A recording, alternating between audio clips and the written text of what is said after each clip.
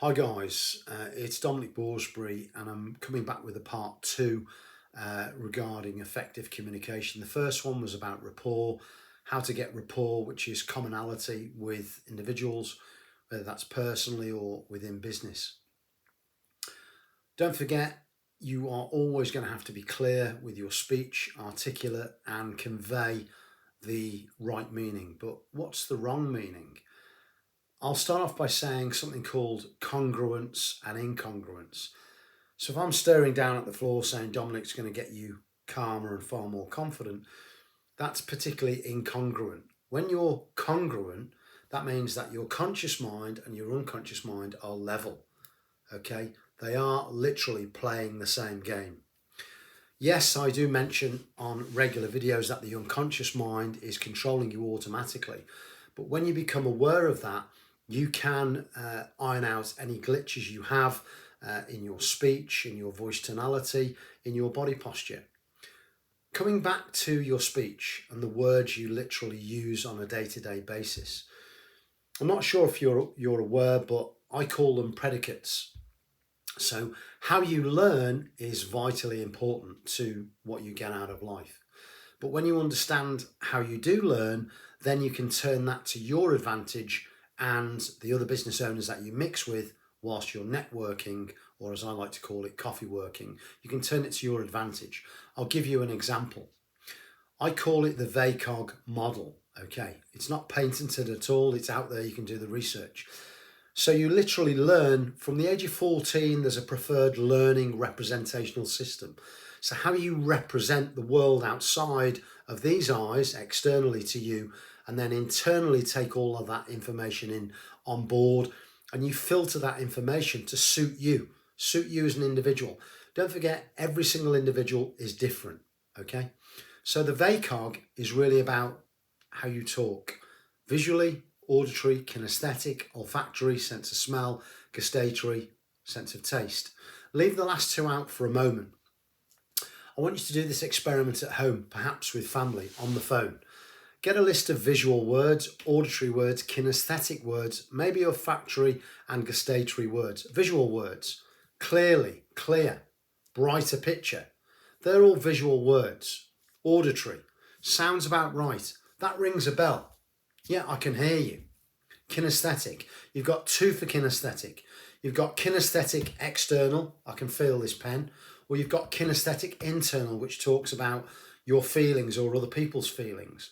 Olfactory, sense of smell, oh, that smells a bit fishy, maybe that business deal. Gustatory, yeah, it was a bittersweet experience. So what I'd suggest to you is to get a list of all of those words individually. And when you speak to somebody on the phone, just circle the words that they use out of the visual comment, the visual column, the auditory and the kinesthetic.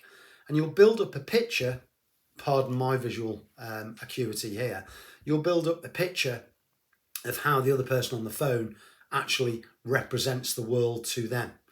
Once you understand that, you can, I'm going to just use the word, fire back the same sort of language to them. It's not Scouse, Brummie or Cockney, but you're using the same learning representational system. And deep down, they will think, oh, they're similar to me. And they'll warm to you, okay? That's an absolute fact. So try that, follow that through, writing down those words and how people learn, then test it on the phone. And the next time you speak to them, maybe start to use the words that they use on a regular basis. They may be far more kinesthetic. So they may say, yeah, it was a bit of a rough gig that. Yeah, can't you get a grip, Dominic? All right, then you realise that they are, really kinesthetic. Most people have a lead representational system, but other people, well, all of us really have a mixture, okay? So my advice when you're talking to a large audience, seminars in particular, try and hit the whole audience. So using visual words, auditory words, kinesthetic, and occasionally olfactory and gustatory words. And by the way, you're not manipulating the audience at all. You're trying to get a deeper rapport.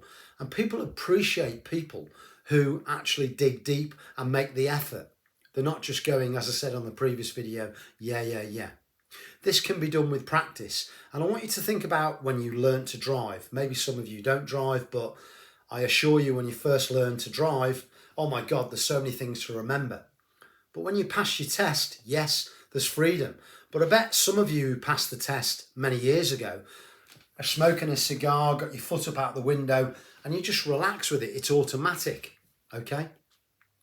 So what I'm saying to you, don't worry about learning these new learnings regarding how you convey your information to somebody on the phone or face-to-face or even email, text or WhatsApp note. It takes practice. One thing I say to my clients, practice makes permanent before you say perfect. It's got to be perfect practice. You've got to learn from the right people, okay? And on that note, the law of learning is repetition. So how badly do you want it? With repetition, you can improve your communication. And that's what we want from our personal life and our business life. So if you want to cut that thousands of pounds deal, then you need to learn effective communication. The next video, we'll talk about body language, okay? How you're going to sound, how you're going to act, how you're going to sit, how you're going to stand. We're going to look at the Argyle communication cycle, which I've mentioned on the previous one. We're also going to look at the Meridian model and other models that will help you get in the room, but not just get in the room, open those doors so you've got opportunities. Because my clients can talk to anyone at any time about anything, anywhere. It's no good just having confidence within your business. It's confidence down at the Asda, down at the grocers, because I view everybody, and I teach my clients this, everybody is an opportunity for you or them. You never know who you're going to be talking to. Anyway, take care all. Good luck in your business.